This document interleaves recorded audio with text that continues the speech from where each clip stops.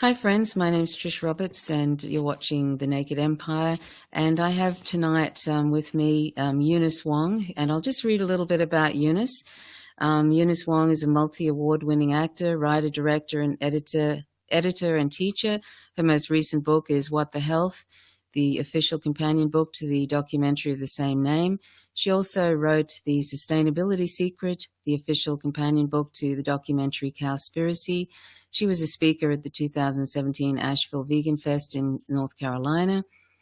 She is chief editor of the Countering Violence Against Women series on truthdig.com, as well as the editor of Truthdig Book Review, which under her direction has won 2 National Entertainment Journalism Awards, Los Angeles Press Club for Online Critic, and a Maggie Award for Best Regularly Featured Web Column. She has written for Truthdig's Arts and Culture section, the Truthdig Book Review, and the Philadelphia Inquirer Book Review. As an actor, Eunice trained at the Juilliard School and has appeared nationwide and internationally in professional theaters. Eunice's most recent role was Lavinia Mannon's in New York's critically acclaimed revival of Eugene O'Neill's Morning Becomes Electra last spring. So Eunice is a recipient of a Helen Hayes Award, lead actress, a My Theatre Boston Award, Best Actress, a Barrymore nomination, lead actress, and an IRNE nomination, Best Ensemble, as well as being a member of the Actors Equity Association and SAG-AFTRA. As a teacher, Eunice has taught English and poetry at New Jersey State Prison, a men's supermax facility in Trenton, New Jersey, as well as yoga at Princeton's Yoga Stream Studio, where Eunice first learned about the primary precept of yoga, ahimsa, do no harm to the planet, to the sentient beings around us, and to ourselves. So that's a really, and that's the shorter version of this bio. Eunice has done acted in many productions around the United States, and she's so happy to have her with us. So I'll just bring Eunice on now. And hi, Eunice. Hi, Trish. How are you? I'm very well, thanks. So Eunice and I were just going to talk about a little bit about veganism and how Eunice became vegan and how she brought her family along with her. And also toward the end, we'll talk a little bit about her time sort of teaching, I think it was literature in the men's Supermax facility in Trenton, New Jersey, which that's a really wonderful thing. So Eunice, so if you wouldn't mind just telling us how you became vegan and a little bit about that. Sure, yeah. So I was doing my yoga teacher training about 3 years ago. So I've only been vegan for coming up on 3 years, which to me feels like an absurdly short amount of time because I feel like I've been vegan forever, but I really haven't.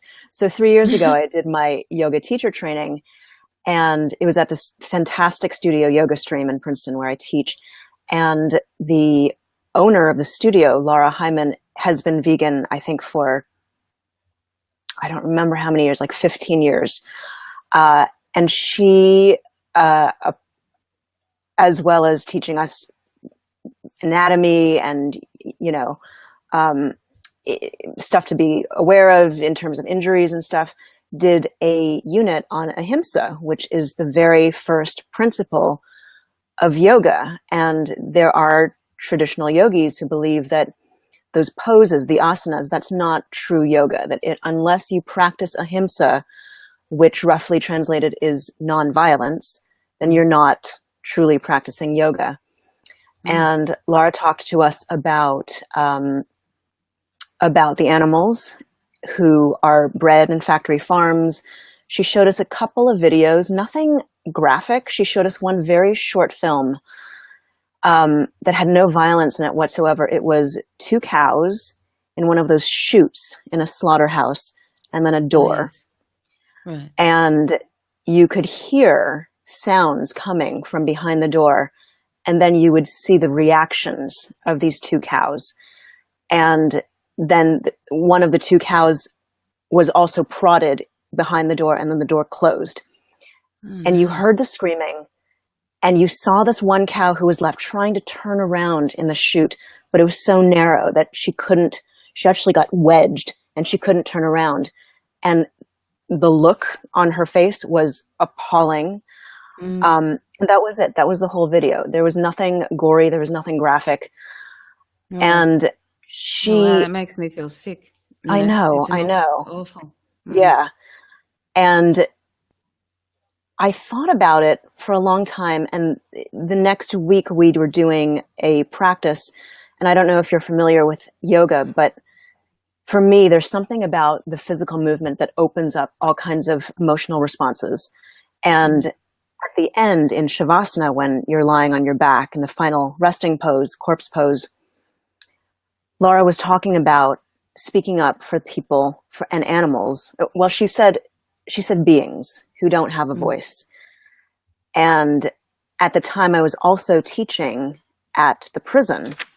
Yes. And so these images came into my head, both of my students who don't have a voice, who are locked away. And of course, these animals that the videos we had been seeing. And I was so overwhelmed emotionally. And I don't know what happened. I started sobbing on my mat. And I feel like that was the major emotional turning point for me. And then shortly after that, I saw Cowspiracy, the documentary about the impact of the animal agriculture industry on the environment. And I was appalled because I had always considered myself an environmentalist. You know, I did all the things that people tell you should do. I recycled, I, changed the light bulbs to compact fluorescence. At the time, they weren't telling us about LEDs. I composted. I had cloth diapered both my children. So I did all these things, and I had no idea of any of the statistics in this movie. And I just felt that having this knowledge, I couldn't any longer live with the hypocrisy of saying that I cared about the environment or that I cared what kind of a planet my children lived on and still continue to eat animal products. And so the environment for me was sort of the rocket booster into veganism. But once I made the decision, I started learning, of course, about the horrific animal welfare, the torture, the exploitation, the, slavery of cows and dairy farms and hens and laying conditions. And then, of course, I did a lot of research on the health implications of eating animal products for this recent book. So the more I learn, the more it all weaves together. But the initial decision for me was environmental. Yeah, that's really powerful, actually, like just hearing that about the cows in the chute. There's another one, I think it was made by a French producer, where it just shows a sheep going down the chute, and it doesn't have any blood or anything, but you can just see the distress and the fear, and they know what's coming. Of course. And it's just a sort of a, it's just awful. And just hearing you describe that and thinking that that's what's happening every second of every day, these sentient animals, going down these chutes, and they know what's coming and they can feel it in the air. Right. And they know that the animals feel fear, which is why they design these slaughterhouses the way they do in these curves so that they can't see ahead of them. Yes. And so they're trying to preempt this fear that they know the animals are suffering. So there's an acknowledgement of that. They're not just machines. Yes, that's and right. And even with these blinders, they're aware. They can hear the sounds. They can probably smell something in the air that we can't smell, and related to the chemical pheromones or whatever it is that animals emit when they're frightened.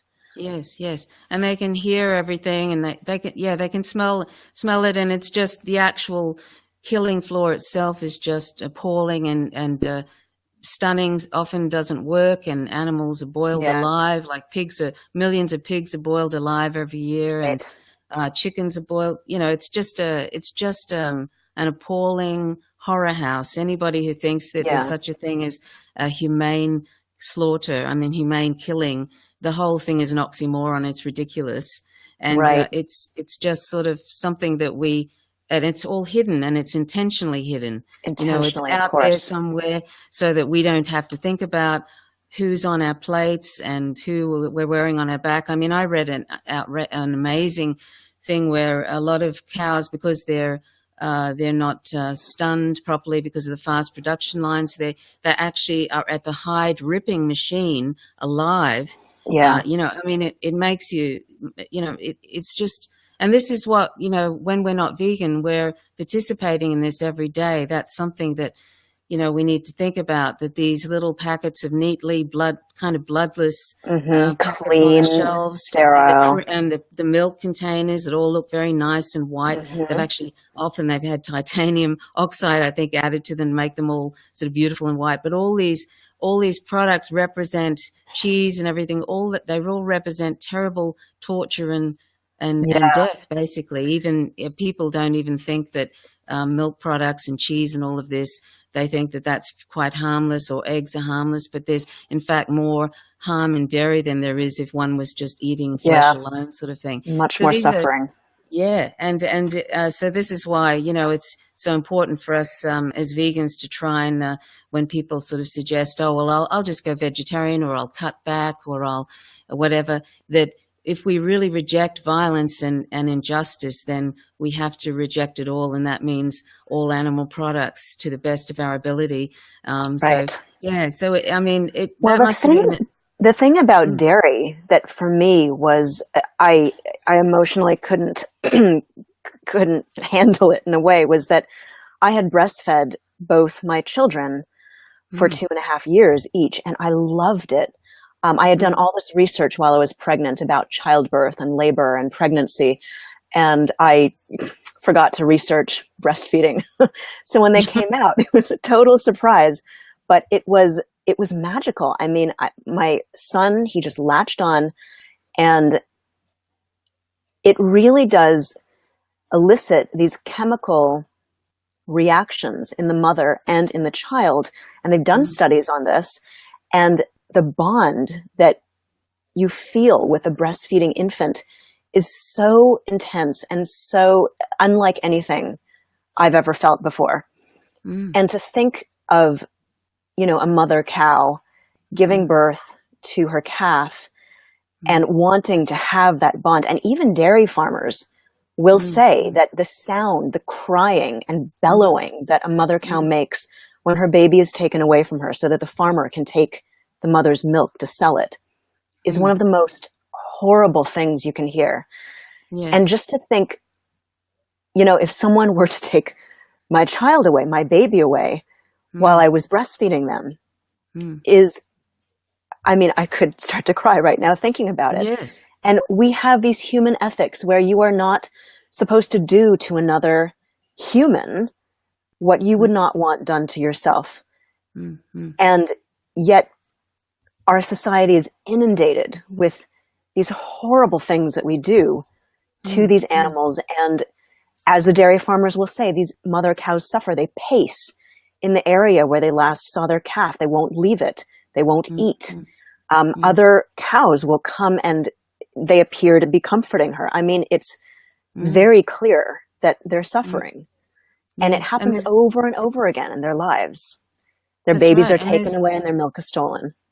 That's right. And there's a particular sound too that mothers make when they're and when they're actually taken from the mothers.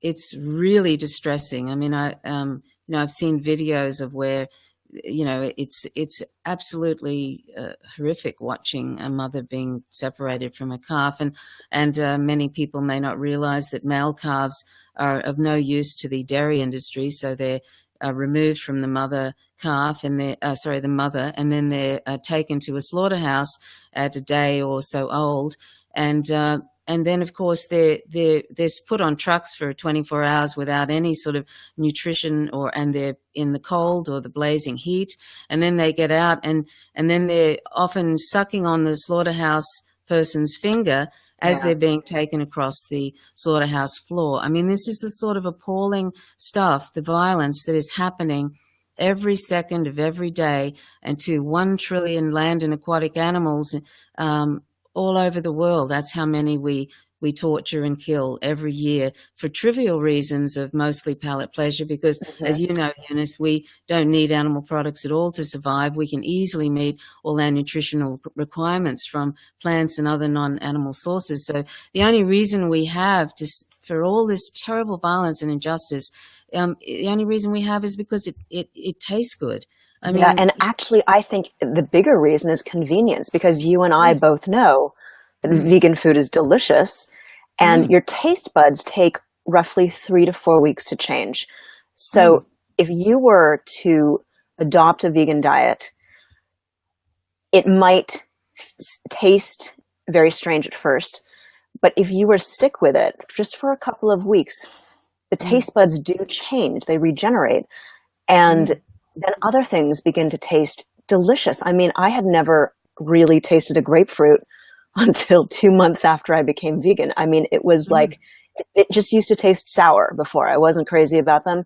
And then one day I tasted a grapefruit after I became vegan, and it was so rich, so complex, the taste. And so I don't really think it's about palate pleasure, because there's just as much palate pleasure to be gotten from vegan food. It's really about convenience, because our world, our societies are set up in such a way that you can grab a burger here, you can get a roast chicken here. Yes. You don't have to think about it. They're available everywhere. You go to the grocery store, everything is filled with animal products. Whereas if you want to eat consciously, then you might have to think a little bit about where you're going to get these vegan products that aren't maybe carried in your local grocery store. So it's really convenience. It's not, I don't think it's about palate pleasure or anything like that. You know, it's about the way society is set up and how difficult it is for vegans to eat the way we want to. And more, it's becoming less difficult, which is wonderful. It's becoming more and more mainstream.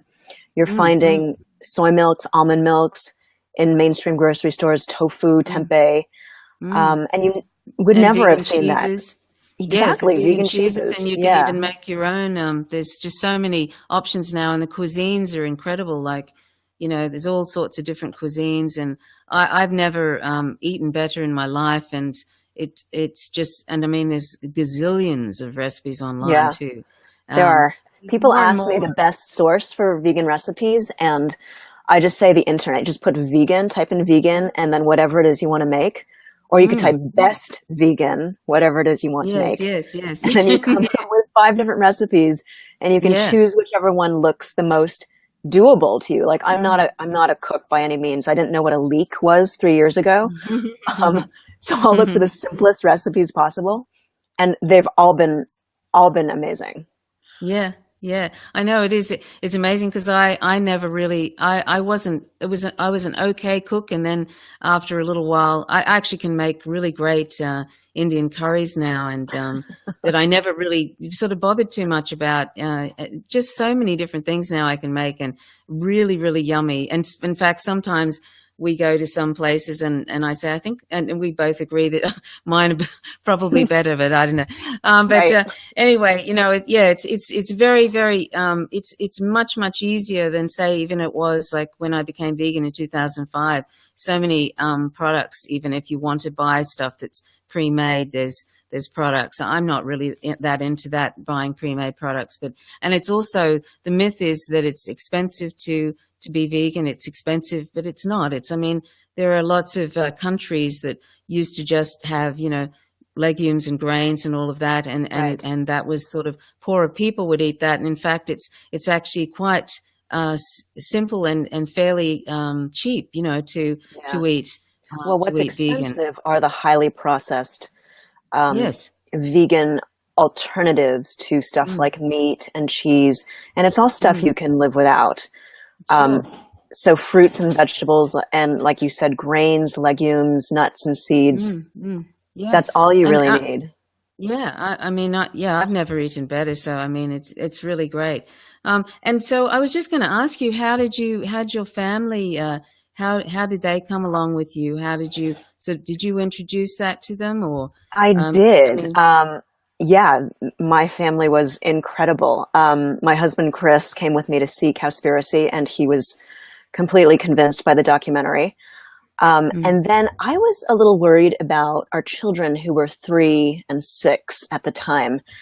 And I just instinctively thought, you know, their favorite foods were what were they? It was mac and cheese and sausage pizza and hard-boiled eggs and yogurt, fish sticks. And I thought, what are they going to eat? Yeah.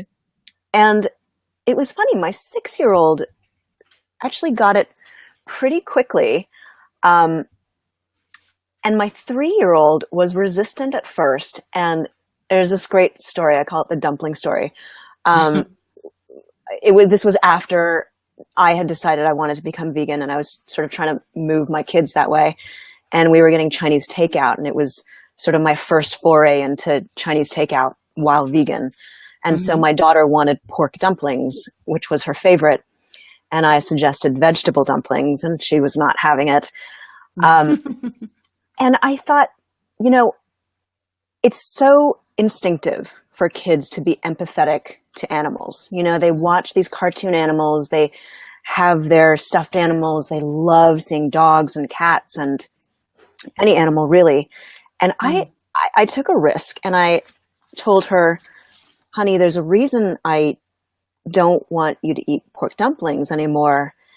And it's because they're made with dead pigs.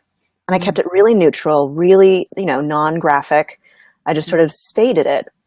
And she thought about it for a long time. And then after a very long pause, she said, I'll try the vegetable dumplings. And she loved them. So that was really easy. But for my kids, it was really about the animals. It was all about the compassion. Because they instinctively get that you don't kill or hurt animals if you don't need to. And we've been teaching them all their lives, and I hope most parents are teaching their kids, that you don't hurt and kill other living beings if you don't need to. I mean, it's in line with these precepts that we live with. It's just that at a certain point, adults kind of shunt the animals aside, and then you become sort of like a soft-headed individual if you care about the animals. It's a very bizarre shift that happens. And I remember when my son, who before we became vegan, he was maybe 3, and he was starting to realize that the stuff we were giving him called chicken might actually be a chicken.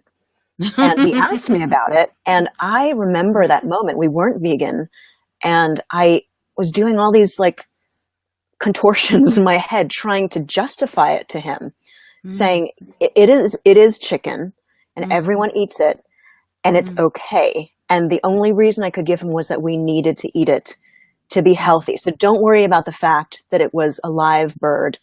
Just eat it. Oh, yeah. Yeah, right. You know, yeah. And isn't it funny, because isn't that amazing that actually, you know, on one hand, we're saying to children, you know, like, and reading lovely little stories about happy farms and all of this. And then we're saying, but just eat that. And you know what I mean? It's it's very disconnected. This sort of, you know, schizoid compartmentalization.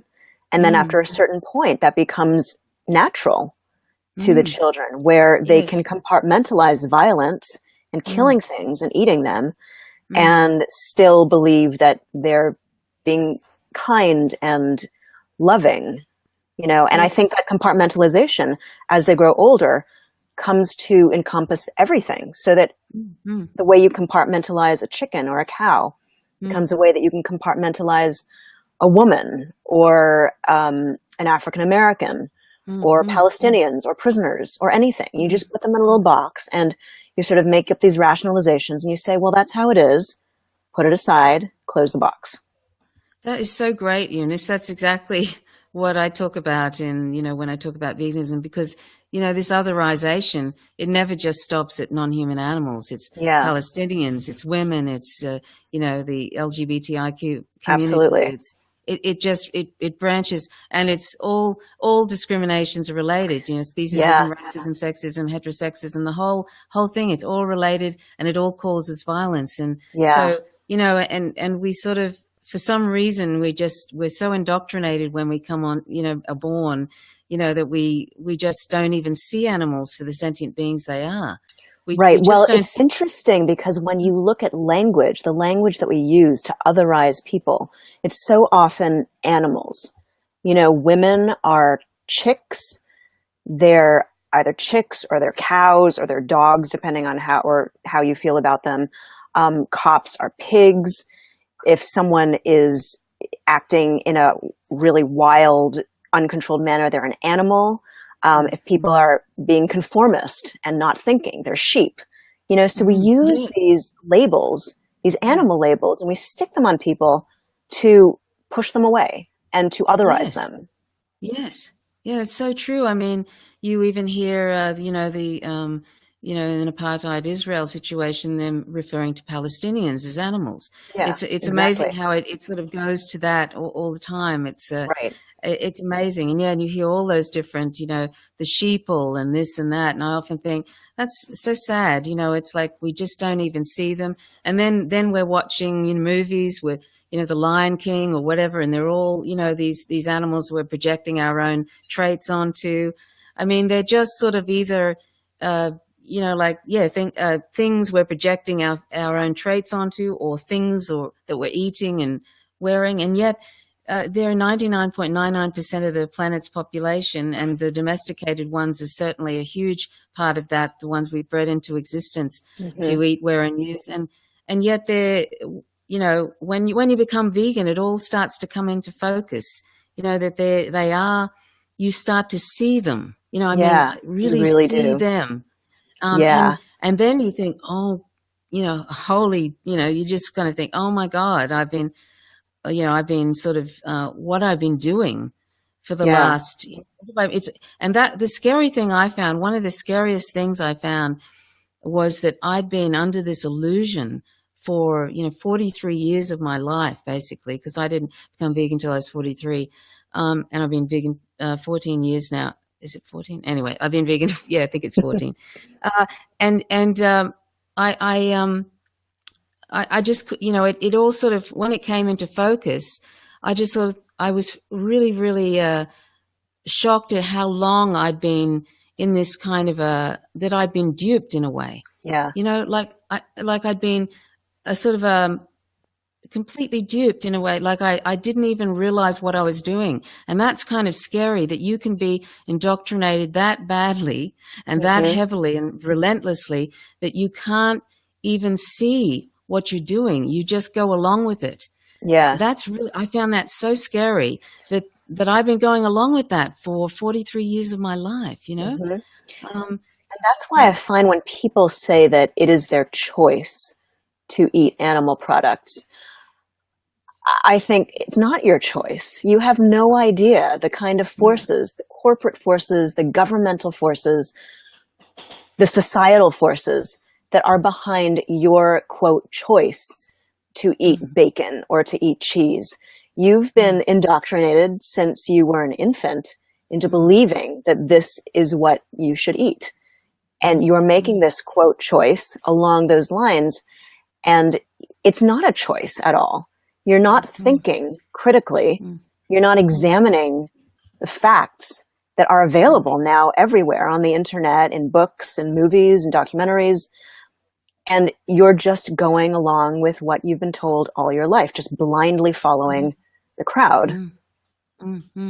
Yeah, exactly. And once you realize that, you can really see how certain other forms of discrimination, if they're really, really pushed and you just get born into it, and everyone's like that, everyone has that otherization of that particular group, you can really see how that can just seem like breathing, like normal, sort of thing. Yeah. But I mean, and we could probably talk a little bit about the documentary, What the Health, and also the companion book that you've written, What the Health.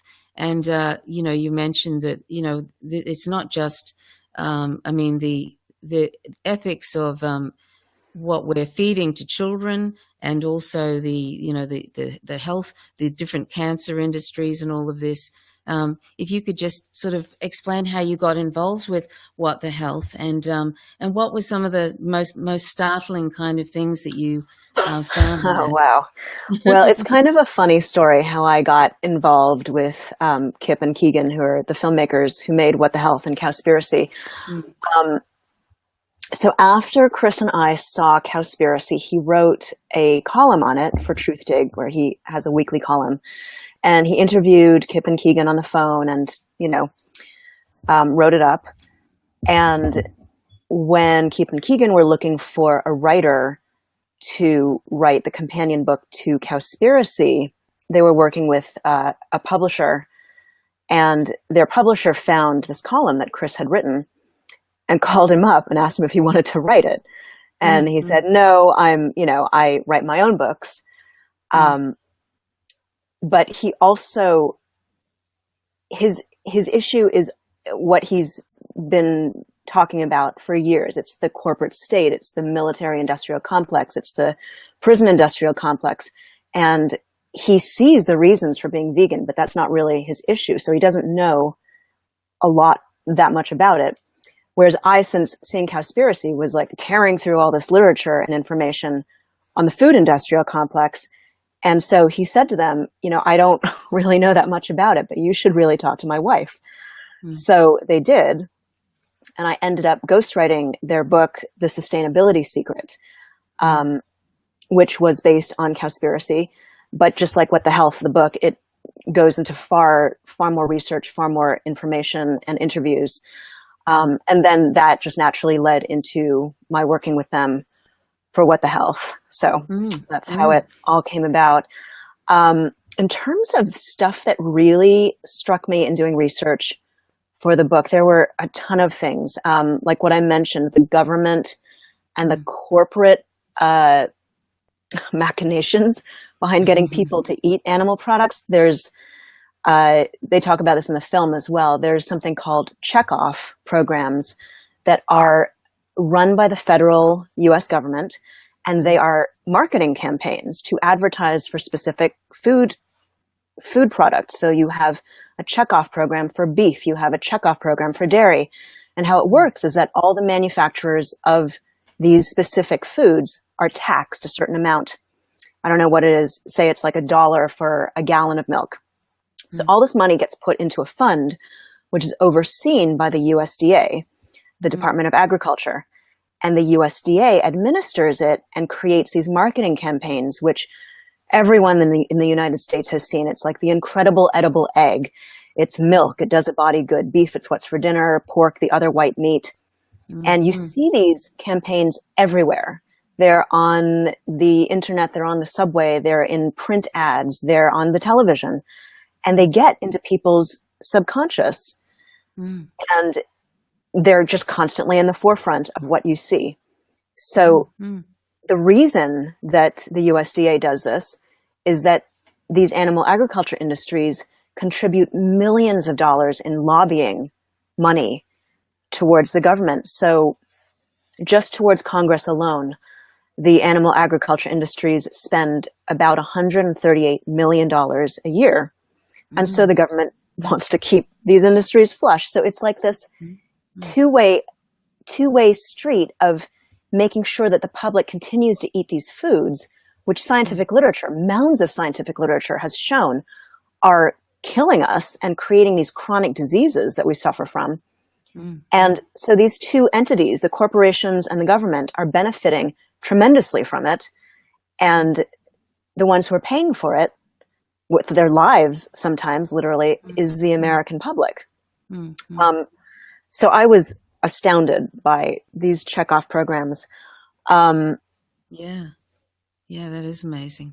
Yeah, and I was also amazed to learn that we are all constantly growing tumors in our bodies. I had no idea and was sort of appalled to find that out. But if you look at autopsies of accidental death victims, I don't remember the exact statistics now, but if you look at a certain age group of, say, women from, I think it's like the age of 35 and up, many of them died, like say in car accidents, with undiagnosed breast cancer, except that it was so small, they didn't know they had it. And so we're constantly creating these tumors. And the question as to whether it remains a little, pinhead that is abolished by our body's immune system or grows into a grapefruit-sized lump that will kill you has so much to do with what you feed your body. And science has shown that plants are the most effective food in fighting cancer, because there are phytochemicals, there are antioxidants, there are all kinds of compounds in plants that will kill cancer cells. And the foods that will make cancer cells grow are animal products, because they're full of hormones. You take dairy, which is a growth fluid. It's meant to grow a baby cow into a great big cow. And these are growth hormones that are present in the most pristine, organic, local milk from the happiest of cows. You could have them in for, have them sleep inside your house. They still have these growth hormones. And so if you have a tiny little tumor in your uterus or in your prostate and you eat a lot of dairy, then those growth hormones will stream themselves through your tumor and could make them grow. Chicken, they feed all kinds of growth compounds to chickens to make them grow faster, to make them more profitable, so that they can be slaughtered when they're younger. And so they take up less feed, they take up less resources. And you're eating these growth elements, and they're coming into your body and making things grow that you probably don't want to grow. Other things like Kaiser Permanente, which is one of America's largest nonprofit health plans, began advocating in 2013 for its 17,000 doctors to aggressively tell their patients to start eating plant-based. This is an enormous health plan. And the reason they're doing that is because they want the people they cover to be healthy. They're an insurance company. So if the people they cover are healthy, if the people they cover are healthy, that's good for their business.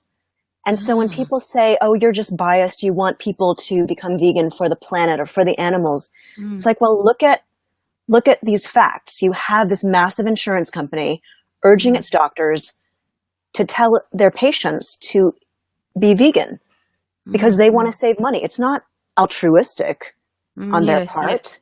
It's all money, it's all market-based, but they're following the science, and that's what the science says.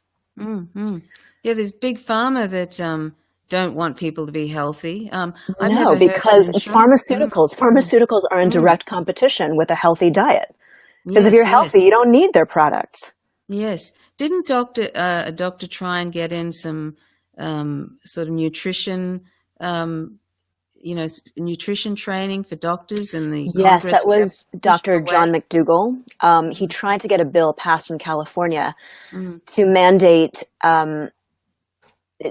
nutrition training for doctors in their continuing education credits. And I believe his bill started out, he proposed 12 hours every 4 years for practicing physicians, just to stay abreast of what is the science that's going on in nutrition research. And the most opposition he faced was from the standard medical groups in the state. And they kept saying it's a slippery slope. You can't mandate this kind of education. Doctors should take care of it themselves. And the bill kept getting cut. So it started out 12 hours. And then I think it went down to 7 hours. And the medical groups were still not happy. They were saying 7 hours, that's a lot of time to spend on one topic. And then it got cut down to 0 hours. And so the bill essentially said, you may go ahead and get nutritional training if you want.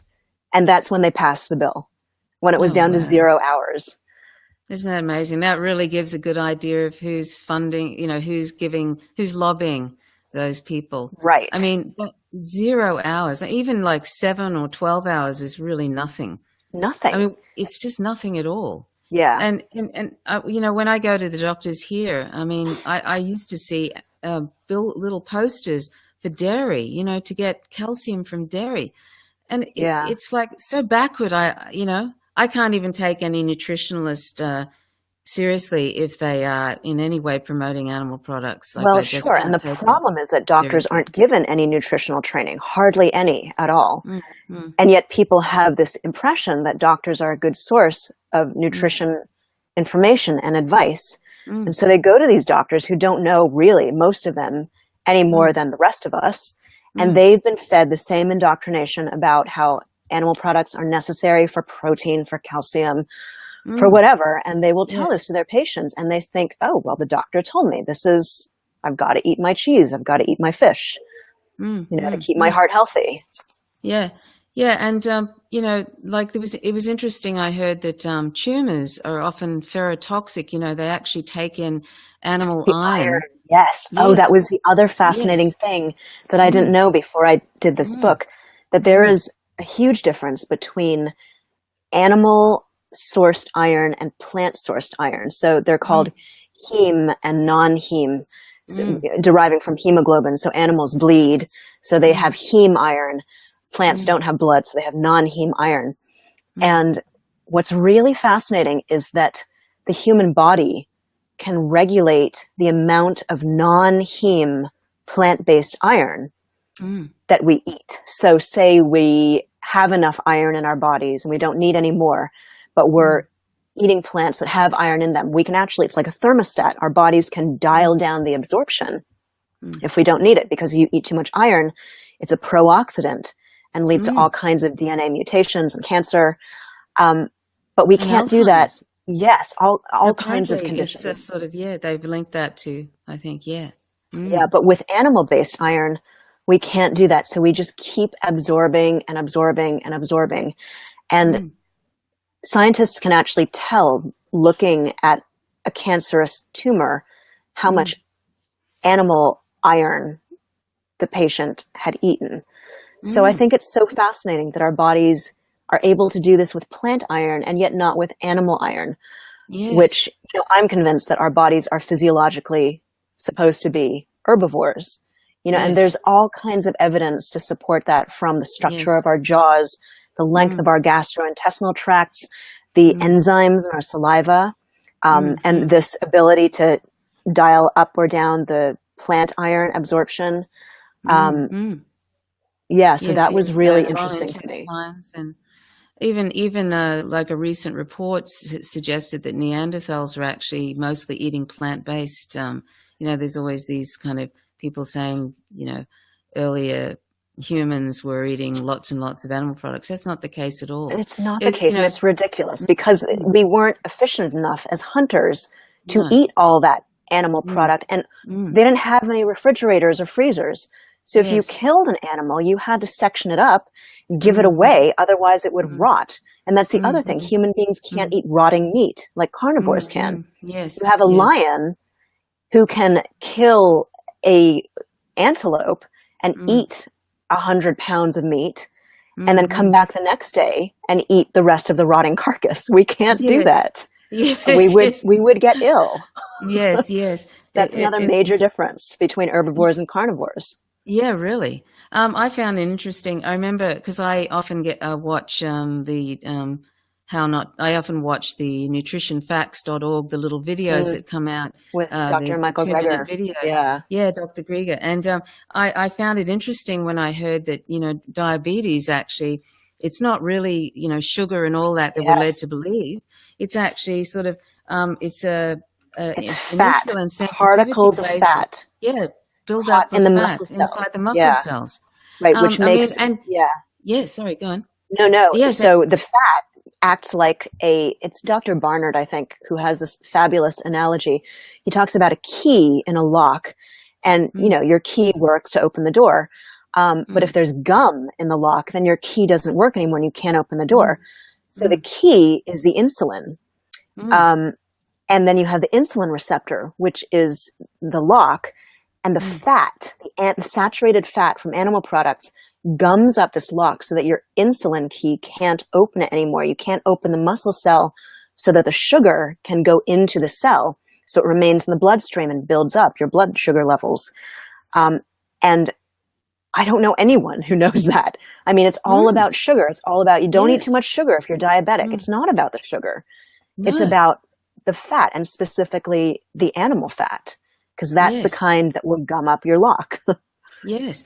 I often come across these they're science-backed studies, and, through that nutritionfacts.org, and I'll sort of try and send that information to people on various social media pages that have, like those large organizations, and they just won't have a bar of it. It's like, and you sort of think, wow, that is something, the whole diabetes thing, that is the whole thing about insulin resistance due to, animal fat buildup in the muscle cells. I mean, you'd think that would be something that might be a little bit important, I know. for diabetes. Well, and you see this in the documentary and What the Health, where you go on the websites of, say, the American Diabetes Association or the American Heart Association, and they've got recipes on there for like bacon-wrapped shrimp.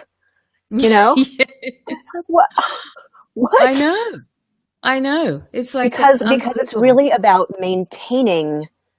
I think their true goal is not cure or prevention. It's about maintaining and managing your symptoms with the disease, because in order to manage your symptoms, you need all kinds of pharmaceuticals. You need all kinds of procedures. And these are big money-making operations and pharmaceuticals, and they don't want that to stop.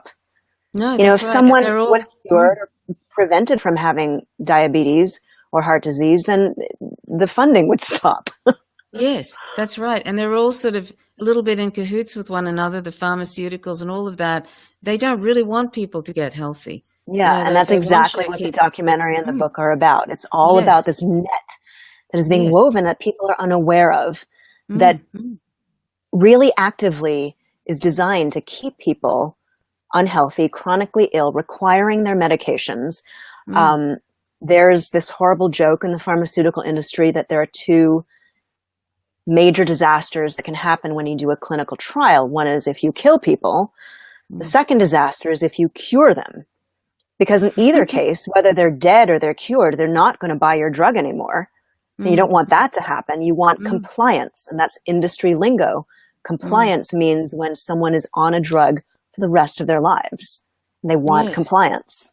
Yes, they're not interested in seeing, and also a lot of these industries, they're all their wages are being paid, and they don't really want to see the I mean, I'm generalizing here, but there's a lot of investment in it not coming to an end, because they can continue on with their career. And I mean, I have to laugh when I see, I think it's so sad when I see these egg containers wrapped in sort of pink, the whole pink ribbon sort of thing. Oh my God, the yogurt containers with the pink ribbons.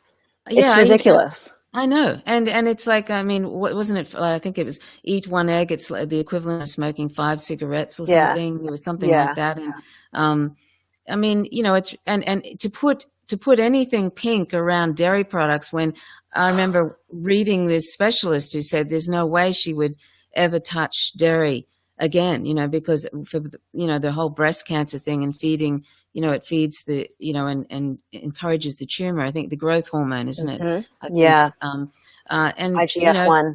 And so, imagine you've got all these pink wrapped dairy product and yogurt and all this sort of thing. And I sometimes I go around the supermarket and I just think it's a sort of an insanity in a way, It really is. And then to think, the dairy industry is just, the dairy and the egg industries are both systems of female reproductive slavery.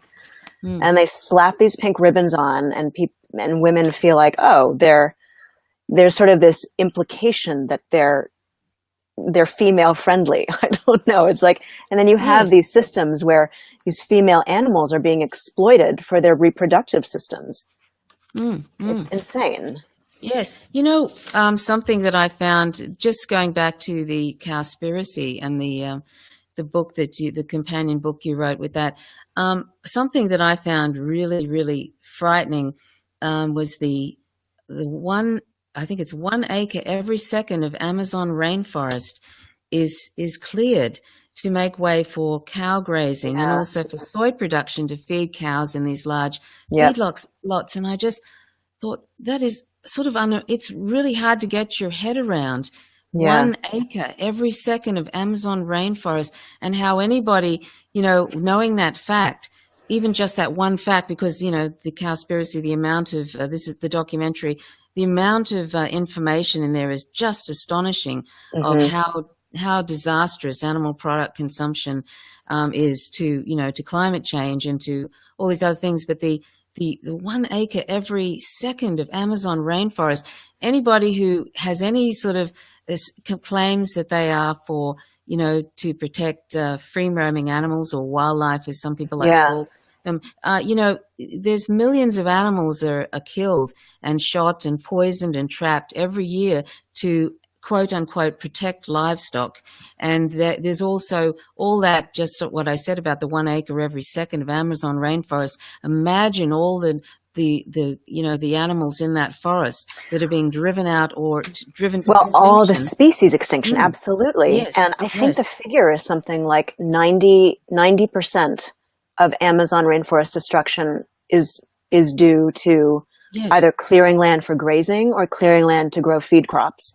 Yes. And I think the problem is that people it doesn't affect them directly, and they feel badly about the Amazon rainforest, but it's really not affecting their own lives, at least not yet. And so it's very easy for them to sort of think, oh, well, it's just a figure, an acre, whatever. It's a lot of land, I'm sure, but there's plenty of it. Oh, yes. There's plenty of it. There's plenty of oceans, despite the fact that scientists are telling us that if we keep fishing the way we do, we'll have fishless oceans by 2048. And yet people think it's unlimited. There's so many fish in the ocean. It doesn't matter, We'll just keep fishing. And they don't realize that for every pound of fish, there are like 4 pounds or something that bykill. Bycatch. Yes, the bycatch in quotes, that are just either thrown away or and these are all aquatic animals. The sharks, there's I think there was 70 million sharks tortured and killed every year for because we eat aquatic animals. And people sort of go, you'll see animal organizations going, oh, save the sharks, bans shark fin soup, but they don't tell people to go vegan. And if people went vegan, we wouldn't have 70 million sharks being tortured and killed every year. I mean, it's sort of, there's so much, can be attributed to, if we just became vegan. First for non-human animals are, they're sentient beings and they have the right not to be used as things, and we have our health and the children who we're sort of literally in a way poisoning, by giving them animal products, and then they grow up. There'll be 1 in 3, I think, people will be diabetic in the United States by 2050. By 2050, if we're still around then. Exactly. And there's and then there's the 51% of greenhouse gases from animal agriculture, and people can quibble about the percentage, but if you look at check out Eunice's the companion book to Cowspiracy, The Sustainability Secret. That's the film. I mean, I started talking about when I became vegan, I was aware of the environmental impact in 2006, 2005, and I used to talk about that to green groups at the time. I'd sort of, I'd say I'd focus on the non-human animals, but I'd say, look at the, how much environmental, the climate change impact of our, eating and consuming animal products. And people just didn't want to know. And it's the same with the large animal the large green groups. It's inconvenient. It's all the same. I think it's all the same problem, which is that they receive money from groups that don't want this message to be getting out, and they don't want to alienate their member base, many of whom are not willing to change their lifestyles. And they're receiving money, again, from their member base. And if they were to promote a strictly vegan message, then they would lose all of these people. They'd be like, oh, you're going too hardcore, you're too extremist. I'm sorry, I'm going to take my check back, send it to someone else who will tell me it's okay to, whatever, be vegetarian. Yes. No. Yeah, exactly. And it's the same. To buy happy meat from a happy place. Yes, yes. And I mean, and in that, and people will say, oh, well, I'm eating, sort of grass-fed, in quotes, cows Exactly. and stuff. That's much better. No, well, they still all end up in the same slaughterhouse and they still have their They children do. taken from them. And And actually, grass-fed beef is less yes, sustainable than exactly. factory-farmed beef. Not that factory-farmed beef is a good thing. Yes, yes, But if exactly. you look at the amount of feed they require, the amount of Mm, water, mm, resources, the extra amount of time they need to get to mm, slaughter weight, it's an mm. enormous amount of resources. Yes, yes. I mean, wasn't it 660 gallons of water it takes to make one sort of, is it a One hamburger or hamburger, yeah, burger? one I mean, hamburger. 1,000 660. gallons of water to make 1 gallon of milk. Yes. I mean, Yeah, and if you're living in California where there was a drought, I don't know how the I drought is know. now, but I mean, it's sort of and that water in that I remember in that Cowspiracy movie they interviewed the water saving board, I think Hmm. it was. Yeah. And And they're like, they water your lawn less, yes, yes, take they fewer agreed. showers. Yes, the blank looks that would come over their Yeah, faces when the Kip told them, mentioned about, yeah. and they say, and Well, the most the startling. coverage of that drought in California was outrageous because they kept talking about the thirsty crops like almonds, Oh and yeah, yeah. nobody ever mentioned the the animal agriculture industry. Mm, And the governor, Jerry Brown, he had called for a state of emergency. And I think it was something like he wanted to reduce water usage by 25%. So he was asking all the residents and businesses of California to do this. But agriculture was exempt from, oh yeah.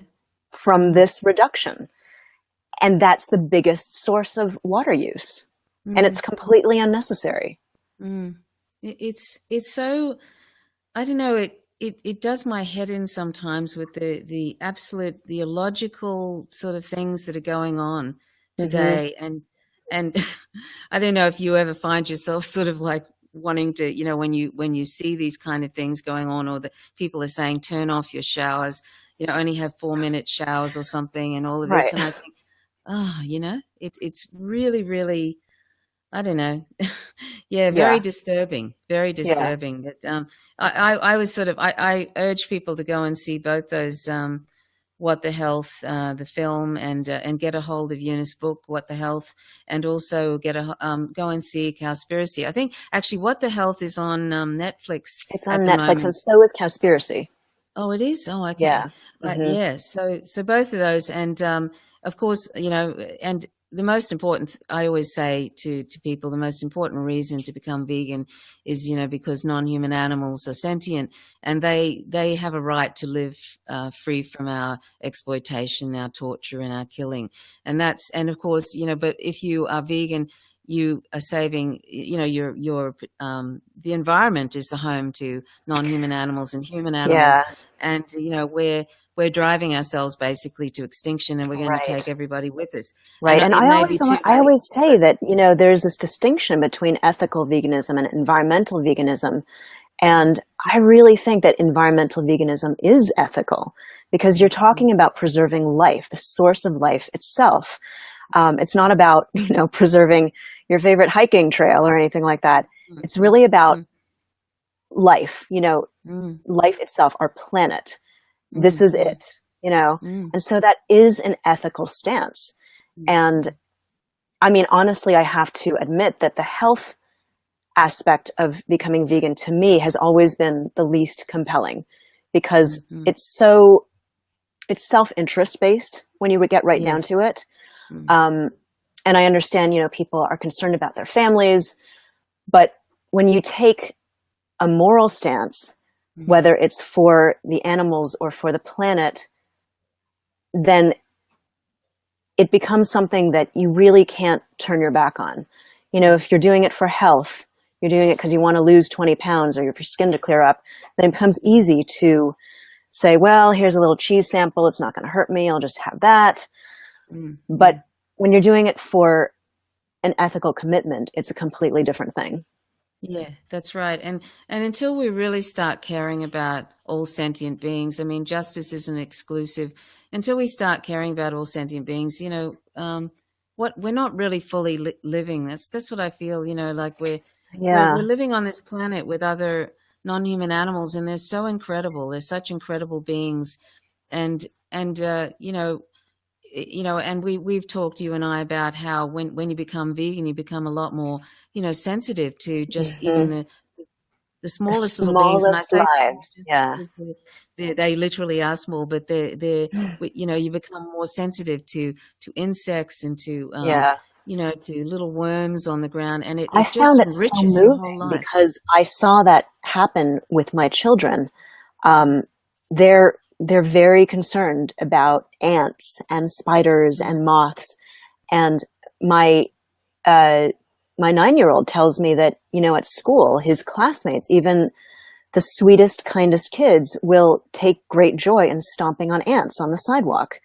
mm. And I actually remember doing that when I was a kid. I don't know what it is, like the sheer power of life and death. I don't know what a perverse human thing it is, but Yes.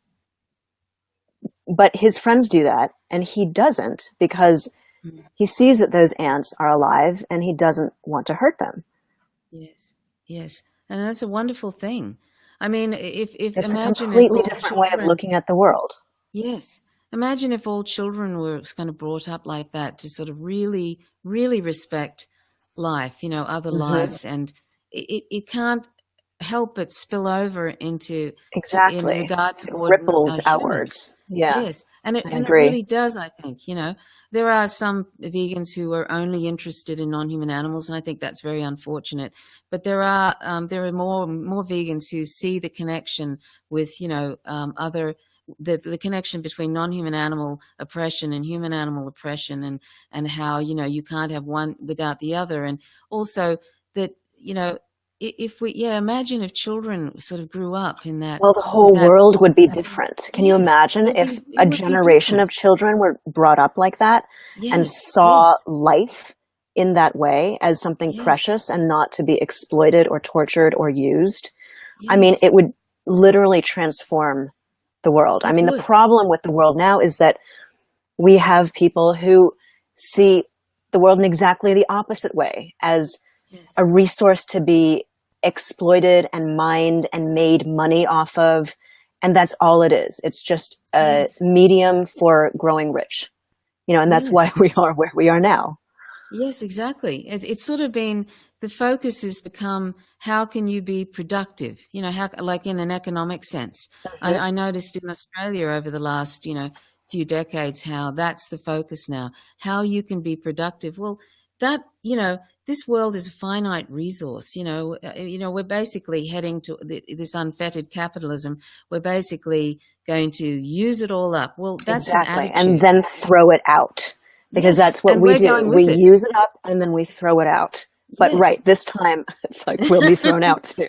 Yes, yes. So it's like that it has to change, and even if it is too late and we're on the precipice of extinction. I mean, I would rather us be a halfway decent species that cares I about agree. other species and cares about one another, and we stop otherizing. I would much prefer that, even if it is too late, Yeah, which it looks like possibly is, right. that we go out that way. I would Hmm. much prefer that, and I'm sure you would. And that starts with with children, and it's a tragedy that the children really, they kind of, when they see non-human animals, they just want to, most children just want Love to them. show love them, and if we just kept on going that way, I imagine how know. different I it would know. be. Yeah. Just having that love, because they recognize the sentience in those non-human animals. Right. That's what was so hard when I was watching Cowspiracy and I saw those children. They were patting the little pigs on that farm, That's and right. they said, don't you or something about we don't name them because Hmm. they're going. And he said, "Why is that?" Because they're going to become bacon. Well, what a sad thing for a child to sort of be in that situation. But she's there because we are creating demand for animal products. That Yeah. little girl is there on that farm, and she's getting attached to those little pigs, but she knows she can't really name them because they're going to be killed. Hmm. I mean, and it's so sad. And I think that Yeah. sweet little pig there, and all, every second of every day, little pigs just like that one are in those slaughterhouses, frightened out of their minds. They can smell the death and everything, and it's completely unnecessary. Yeah. And there's a And strange mindset that we mm, talked about this before, but it's like if you carry that into your adult life, if you anthropomorphize, that was like a cardinal yes, scientific sin. You can't put mm, human qualities onto animals, then you're a little loose in the head. yes, You're supposed to stop caring at a certain point and become hard-headed, and yes, yes. They'll say it's a because very that's the way strange it thing. is. You Yeah. keep getting told that's the way it is and that's the way it should be. Well, people used to think that about, in the days of where it was legal slavery. There's still slavery today, and it's a different kind of a. But when it was legal slavery, people used to be told, well, that's just the way it is. Right. That group are, Right. they're our property. And I Right. mean, and just because we're being told that doesn't mean that's how it is. Just Exactly. because we think it doesn't make it so. So Yeah. we have to try and get our heads around the fact that what we've been told, what we've been indoctrinated to think about other animals that share this planet with us, and the ones that we've enslaved and domesticated to eat, wear, and use, even though we don't need to. That this is something we've been indoctrinated to do, and we're going to have to try and get our head around the fact that thinking it doesn't make it so, saying that an animal is stupid or whatever it is, or simply because they're not like us, they have incredible abilities that we don't have, and that doesn't make us lesser either. It just makes us different, and that's Hmm. the problem. We're always into this. If difference means that another group is lesser. I mean, we have to get past that. It's 2017. I We're going know. to have to move past this otherization. So yeah, it's I just sometimes think, wow, wouldn't it be wonderful if we could just nurture the qualities that children have, that they want to love, and they love it. And most children want to just love animals, Yeah. and they recognize the wonderfulness of them. Right. It'd be really great.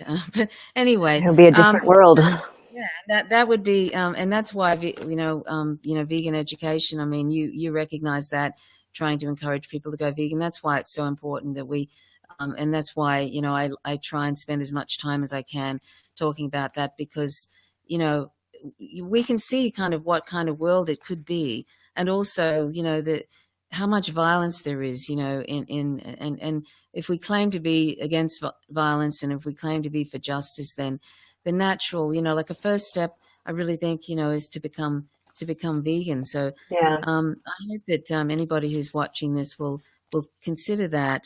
It's not difficult, and it will completely transform your life. It actually, I even found after a few years of being vegan that I was still, this whole experience was sort of deepening, and transformative. I was seeing things in different ways that Yeah. even when I just became vegan, I didn't. And it just kind Hmm. of gets richer and richer as time goes by. And I often say to people, I'm so glad that I didn't die. I'm so glad I became vegan, and just didn't, like, if the thought of dying and never having become vegan would have been seemed tragedy to me. Right. That's what I think about it. Yeah. I was just wondering, Eunice, we'll probably wrap it up shortly, but I was just wondering if you might be able to share. You did some education in the taught literature in the maximum security men's prison in Trenton, New Jersey, and I just Hmm. wonder if you might be able to share some of your thoughts about the prison industrial complex and all of that. Anything that you'd like to share about that? I think it's the human counterpart to the animal agriculture industry, actually. It's Mm, modern day mm, slavery, mm. because Yes. they're locked up, they're exploited for their labor, um, and they're out of sight. People don't think about them. My students were, I taught poetry, and it was a very small group. It was 12 men. And it was self-selected. So the guys who wanted to take a poetry class signed up. But they were really the most open-hearted and generous individuals. And they were so grateful that someone would come and talk to them as a human being. Mm-hmm. They loved writing their poems and reading them out loud because they finally had a voice. They could express themselves and be heard, even if it was in this crummy little gray room with, 10 of us sitting around listening to them, but it was still a way for them to have a voice. Mm-hmm. And their voice is taken away from them in the prison. Yeah. It's a world where the most arbitrary rules can be inflicted with impunity. Like if I, as a teacher, were to show up 5 minutes late, the guard could say, "You're 5 minutes late, class is canceled." And there's no rhyme or reason. There's no justification because they don't have to give any. They're in charge. They have the power, and that's it. Mm-hmm. But it was an incredible experience, and I really want to go back and do more teaching there.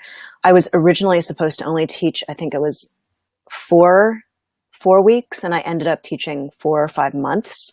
Right. Because my students kept asking for more, and and they were so hungry. I mean, I taught everything to them from Shakespeare sonnets to Tupac and everything in between, Emily Dickinson and Asha Bandale and Amiri Baraka, and they loved all of it. Mary Oliver, I read them the poem that she wrote about humpbacks, which is one of my favorite poems.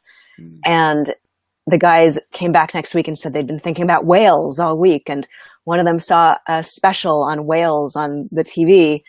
And it was just a window, one of the very few windows that they have into the outside world. And it was a very, very moving experience. And those guys were in there, most of them, for basically life sentences. A lot of them were in for murder. Some of them were in for weapons possession. Some of them were in for kidnapping. So they weren't low-level crimes.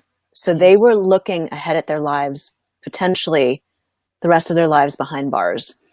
And I think what was so moving, one of the things that was so moving was that literature and poetry became one of the only ways that they could have any kind of freedom, because they couldn't have physical freedom, but they could maybe have mental and emotional freedom, to read a poem about humpback whales and to envision that, to read a sonnet by Shakespeare and,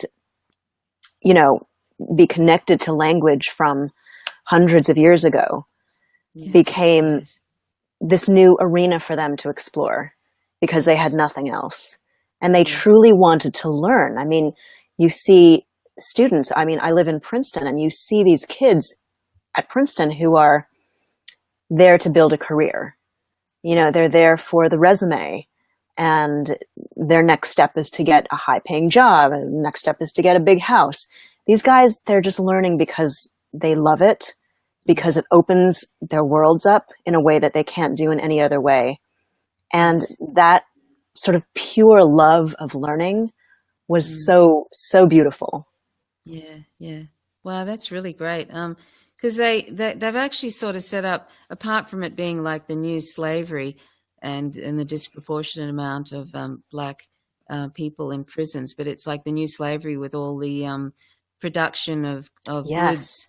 That's right. Less than less than $1 a day or something. Yeah, and sometimes they get paid nothing. Sometimes they're paid like 5 cents an hour, something obscene. And the prisons will slap fines on them for anything, Yes. And then so they have these charges that accumulate, these bills basically, so that if they do ever get out of prison, they come out, owing thousands of dollars to the prison system. Because don't they charge for like footwear and all that sort of stuff? Yes, they have to buy their own sneakers. They have to buy things from commissary, toothpaste, whatever it is, stamps, batteries. And they're making, a pittance, less than a pittance. They might as well be making nothing. And they also try and sort of keep, they also ensure a recidivism too with this keeping those people away from their family. They make it harder and harder for them to connect with their family. Right. And they purposefully do it so that it would just be this sort of continual turning door sort of thing, a revolving door. Sure, because if you have a black man on the street, they feel like, well, we're not making any money off him, put him in prison, and that's $25,000 for us. Yes. Again, it's a money-making commodity. It's like the pigs and the chickens and the cows. Lock them up, use them. They generate revenue. Yes, it's illegal slavery now. It's appalling. And I was reading something really outrageous just recently, where the private prisons, they actually look at the elementary, scores of young children to decide what they, how many beds they're going to need in the future. I know, and I just thought, I was just like appalled. Yes, I just saw this recently. I forget where I saw it. Somebody shared it on social media, and I just thought, Jesus. I know, isn't that awful? I mean, what have we become? Yeah. What have we become to sort of like think that way? Right. I just, and I don't know, and it's sort of like the unfettered capitalism of just where people now are they're literally just resources, or they're disposable. Disposable or resources, and it's becoming more and more like disposable, or a way of trying to either by making people really, really unhealthy by not giving them education or access to healthcare or whatever, so that they're constantly feeding money into this awful system, or disparate or laws like Bill Clinton introduced that end up with mass incarceration and people's going through the system and profit making from the prison industry.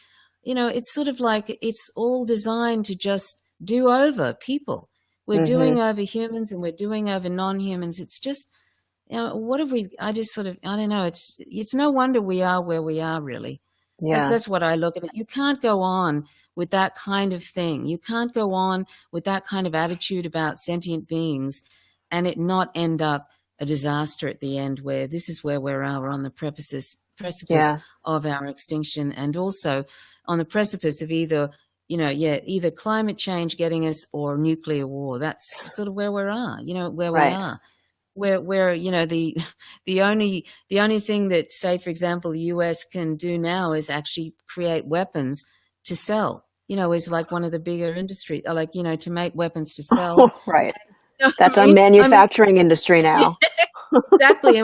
And those weapons have to be used. So let's find another war. And this is like what, US empire is doing, looking for more wars to use their weapons and sell their weapons. And I mean, it's just sad. It's a sad thing. But anyway, I didn't want to end up on a sad note like that. Well, here's a happy note. I saw that in the last 3 years, the number of vegans in the US has grown by 600%.